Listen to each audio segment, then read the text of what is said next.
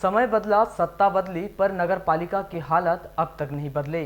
शायद यही वजह है कि लाख कोशिशों के बावजूद भी नगर पालिका की वित्तीय स्थिति मजबूत नहीं हो पा रही है और आमदनी अठन्नी, खर्चा रुपया जैसी बरसों पुरानी कहावत आज भी नगर पालिका की वर्तमान स्थिति पर एकदम सटीक बैठ रही है। जहां जरूरत से ज़्यादा नियम के विरुद्ध कर्मचारियों की भर्ती तो कर ली गई है, लेकिन अब उन कर्मचारियों को वेतन मानदेय देने में प्रशासनिक अधिकारियों के पसीने छूट रहे हैं।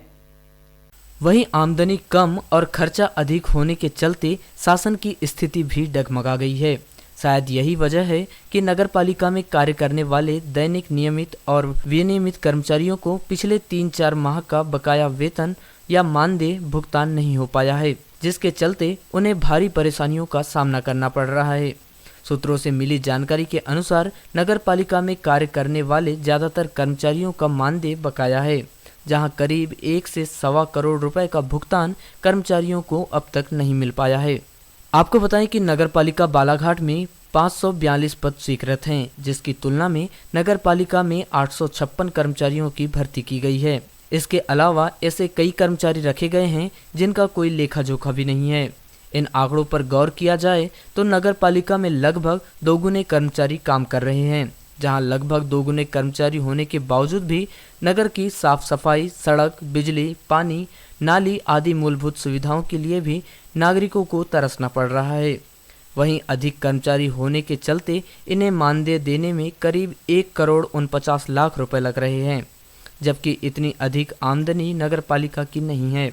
आमदनी कम और खर्चा अधिक होने के चलते कर्मचारियों की जल्द ही छटनी किए जाने की आशंका जताई जा रही है।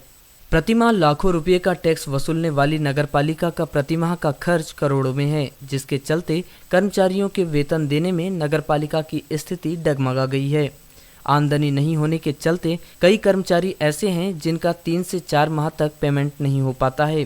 प्राप्त जानकारी के अनुसार आदर्श क्रमिक संरचना के तहत बालाघाट नगरपालिका में 542 पद स्वीकृत हैं, जिसमें शासन द्वारा नियमित 91 पद तो हैं, तो वहीं शासन द्वारा 197 विनियमित कर्मचारियों की भर्ती की गई है। इसके अलावा मस्टोल पर 568 कर्मचारियों की भर्ती किए गए हैं। ऐसे में स्वीकृत पद 542 की जगह 856 कर्मचारियों की भर्ती कर ली गई है, जो काफ़ी अधिक है। ऐसे में शासन को प्रतिमाह नुकसान उठाना पड़ रहा है। सूत्र बताते हैं कि अधिक संख्या में अतिरिक्त कर्मचारियों की भर्ती शासन के नियमों के विरुद्ध की गई है। वहीं बिना स्वीकृति के मस्टूल कर्मचारियों को काम पर रखा गया है, जिसके चलते नगर पालिका को आर्थिक नुकसान उठाना पड़ रहा है।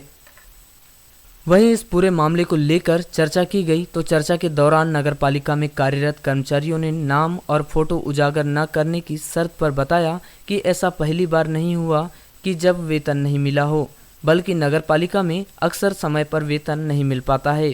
कभी कभी तो 2-3 माह तक वेतन नहीं मिलता है, जिससे हमें भारी परेशानियों का सामना करना पड़ता है, क्योंकि महंगाई का दौर, हर चीज़ महंगी हो चुकी है। ऊपर से समय पर वेतन नहीं मिलता है तो हमारी स्थिति और भी दयनीय हो जाती है। वेतन नहीं मिलने के चलते केवल हम ही नहीं बल्कि कई कर्मचारियों द्वारा ब्याज पर कर्ज लिया गया है। कर्ज देने वाले भी वसूली के लिए परेशान कर रहे हैं। हमारी मांग है कि हमें हर माह वक्त पर पेमेंट मिलना चाहिए। वहीं इस पूरे मामले को लेकर की गई चर्चा के दौरान नगरपालिका कार्यालय अधीक्षक BL लिल्हारे ने बताया कि शासन द्वारा चुंगी प्रतिपूर्ति की राशि आने में देरी होने की वजह से स्थिति बिगड़ रही है। कुछ कर्मचारियों का पेमेंट हुआ है और अभी कुछ कर्मचारियों का बाकी है। किसी कर्मचारी का 2 तो कुछ कर्मचारियों का 3 माह का वेतन बाकी है।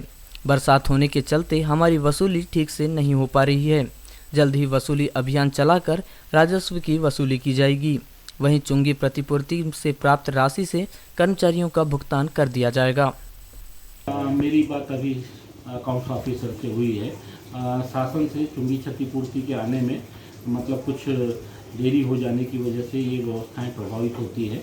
अभी कुछ शाखा की मतलब कर पाए हैं, कुछ शाखा की करना बकाया है। पेंडेंसी कम से कम है तो किसी शाखा की 1 माह की बच गई और किसी शाखा की 3 माह की भी। क्या वजह है कि लगातार ये आर्थिक अभाव की वजह से मतलब थोड़ा सा हमें तो वसूली अभी हमारी मतलब सफलता चल नहीं रही है। बरसात की वजह से थोड़ी सी कसर है। वसूली अभियान टाइट किया जाए।